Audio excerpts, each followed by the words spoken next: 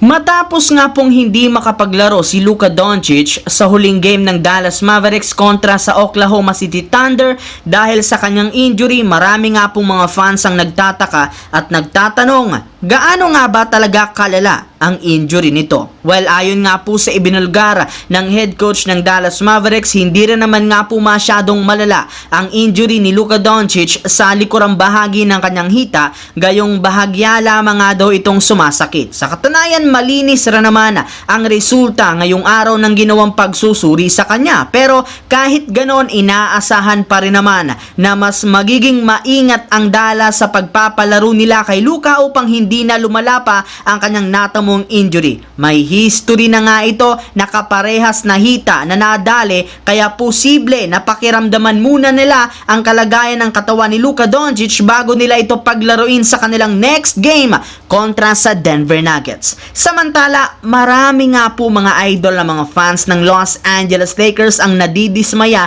sa ipinapakita ni Spencer Dinwiddie, gayong sa kabila nga po ng pag-average nito last season ng 20 points per game, nagtatanala lamang nga ito ngayong taon sa kanilang team ng 4.5 points sa kanyang 34% shooting sa field goals. At ang mahirap pa dyan, 0 points, 1 rebound, 1 assist rin naman ang naital nitong average sa nakalipas na dalawang game ng Lakers kahit kumukuha man siya ng 18 minutes na playing time. Kaya di na nga nakakagulat kung bakit may ilang mga fans ang nagagalit, gayong napakalaki sana ng expectation sa kanya na magkakaroon ng malaking impact. Subalit halos palamuti lamang nga ito sa kanilang bench, kaya malinaw, mali ang desisyon ng pagkuha nila sa kanya. Ngunit, ayon nga po mga idol sa ibinulgar na balita ng NBA Insider, kahit gustuhin man nga po na mag-ambag ng malaking puntos ni Spencer Dinwiddie sa kanilang mga laro,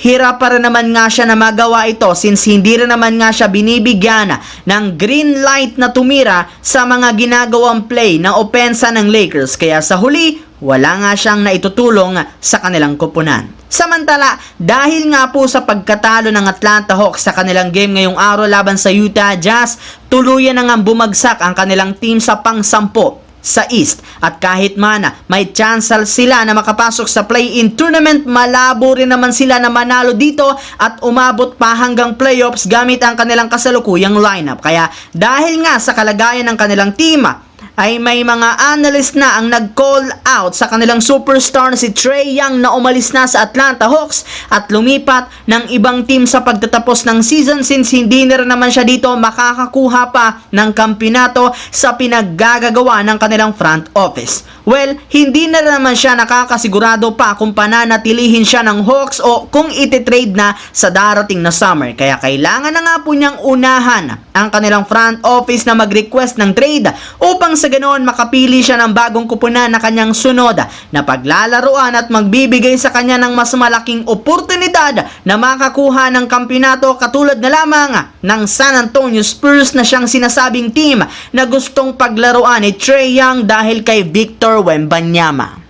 So yun lamang mga idol ang ating bagong video ngayon. Once again, this is your J-Zone TV. Huwag kalimutang mag-like at syempre mag-subscribe, pindutin ang notification bell sa aking channel para lagi kayo maging updated sa mga nangyayari sa NBA. I-follow nyo na ang ating Facebook page, J-Zone TV. Thanks for watching mga idol.